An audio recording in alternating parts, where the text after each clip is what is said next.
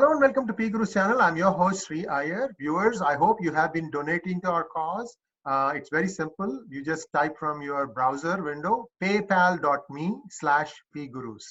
I repeat that, paypal.me/PGurus, and that will lead you to our donation window, and you can donate in any currency you want. Also, I hope you're subscribing to our channel. It has a lot of benefits, and I'm not going to continue our spiel. I'll welcome our guests of the day. Rajeev Srinivasan, welcome to PGurus channel. Thank you very much, Sri.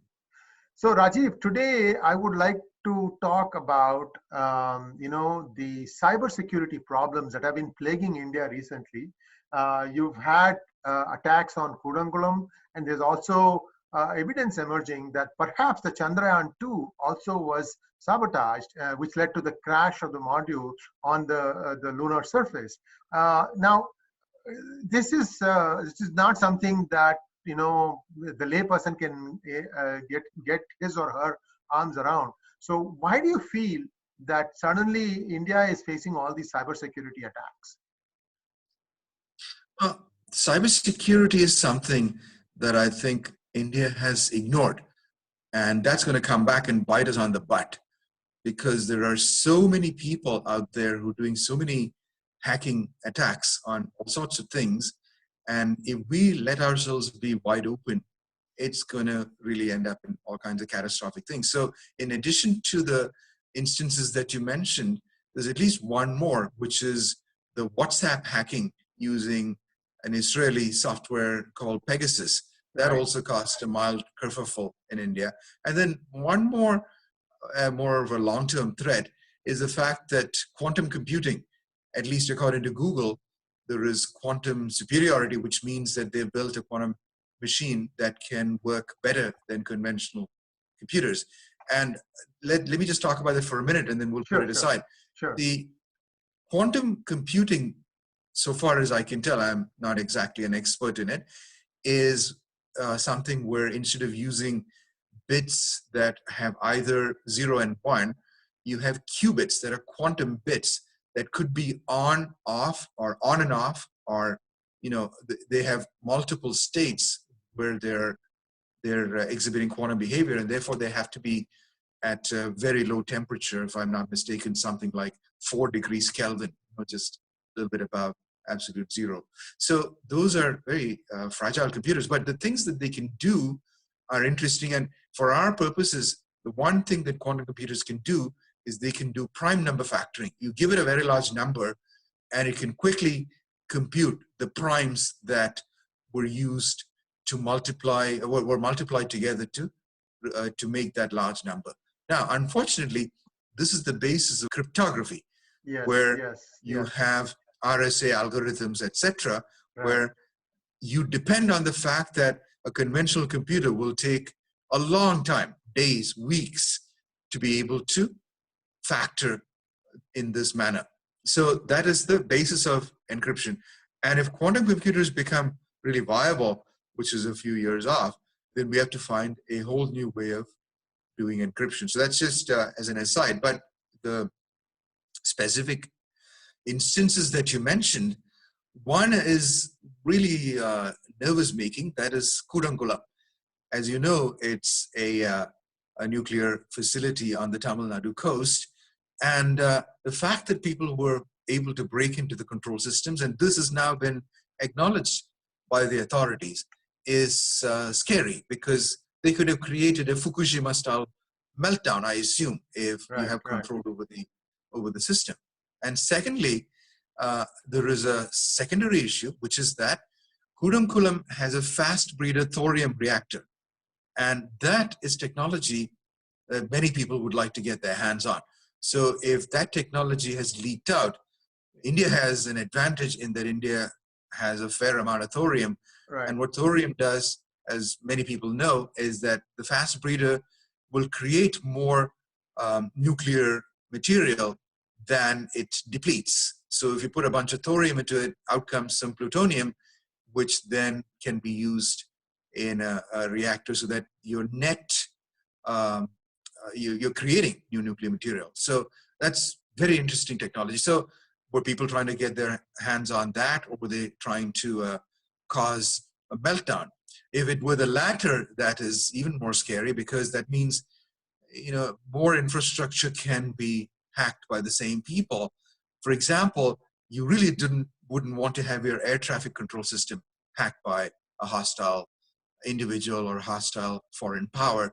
You don't want your banking system to be hacked into. You don't want your electric grid. So these are all infrastructural plays that Americans have been talking about for a long time, and they've put into place policies and procedures where they try to, as far as possible, fend off these attacks. And many of these attacks have been, in the past, traced back to a Chinese army unit with a name I don't remember, some UT-41 or something. So those guys just sit there and hack, and they're very clever about controlling their covering up their tracks so that it appears as though it came from somewhere else. So even the Indian attack appears to come from North Korea, and I'm thinking, wait a minute, North Korea, that means China.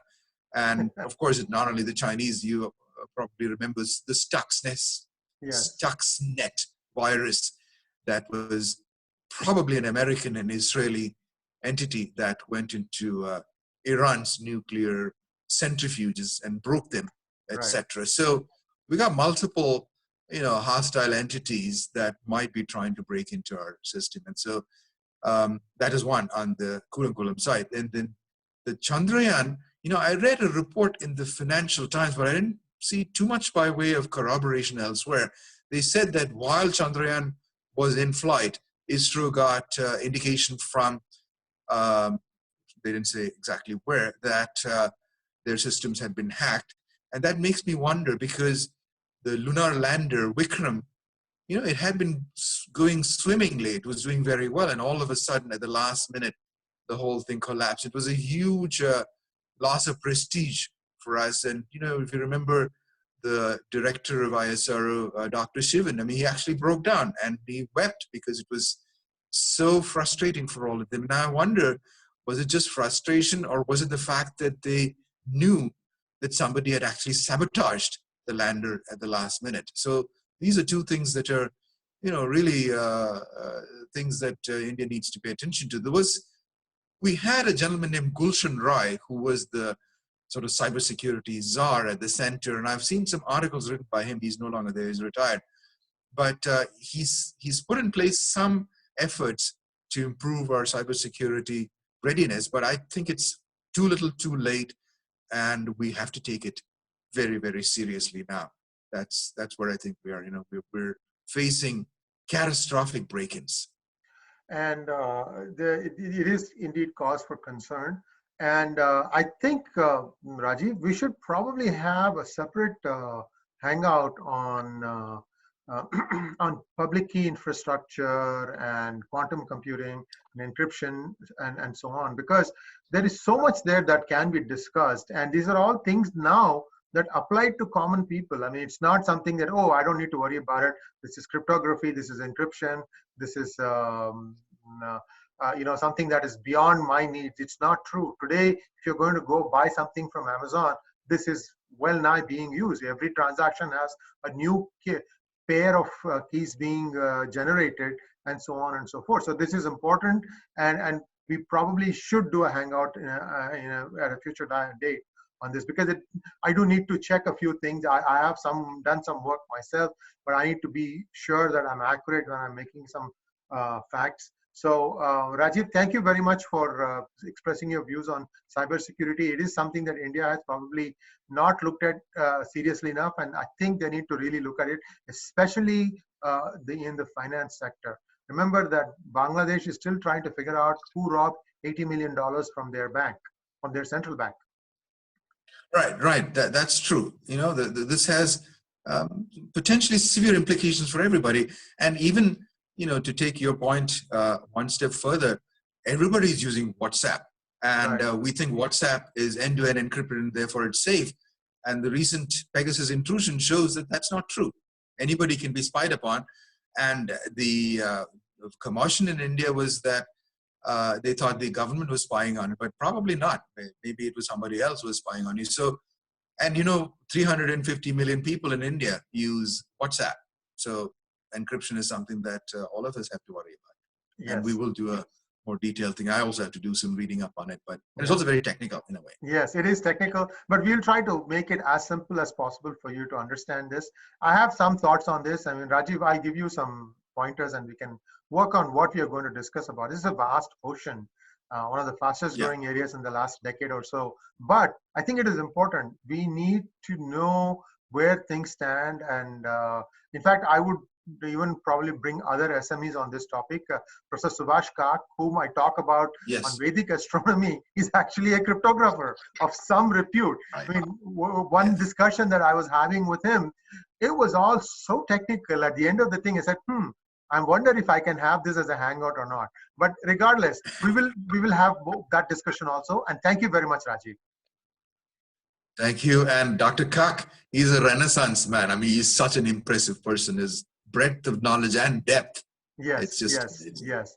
Incredible. Thank you. And we tip our hat to him, and we'll be soon Right. having some conversations with him. Thank you so much, Rajiv. Thank you.